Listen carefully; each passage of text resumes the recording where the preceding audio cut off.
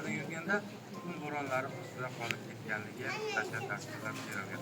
Mana bu oyna ortiga qaraydigan bo'lsak, bizga so'g'it kiyim ko'rsatadi. Yunon Baxtira yozuvini ko'ramiz. Yunon Baxtira alfabeti ko'rsatilgan. Kimning ismini yozib ko'ramiz? Shuhrat deb qo'ying. Yunon Baxtira yozuvida Shuhrat mana shunday yozilgan. Shuhrat aka. Hmm. Yunon Baxteriyada siz Yana kimnikini yozib ko'ramiz? Endi mehmonlar biz so'g'it sivilizatsiyasiga o'tamiz. Yaqinroq kelib olamiz.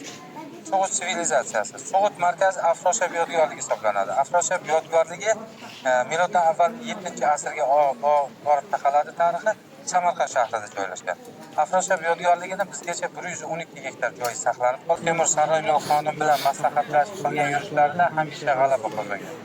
Bu liboslar, turli javohirlar, oltin zarlar bilan bezalgan 18-asrlarga oid piyola. Nefritdan ishlangan haqiqiy piyola hisoblanadi. Bu piyolarning ahamiyatli jihati nimada? Bu piyolaga zaharli suv yoki zaharli taom solinsa, piyolaning rangi o'zgargan. Va o'sha davr shoh malikalarni mana shunday piyolalar bilan zaharlanib qolishdan asraganlar. Ular avtobalar ko'rsatilgan. Bular asosan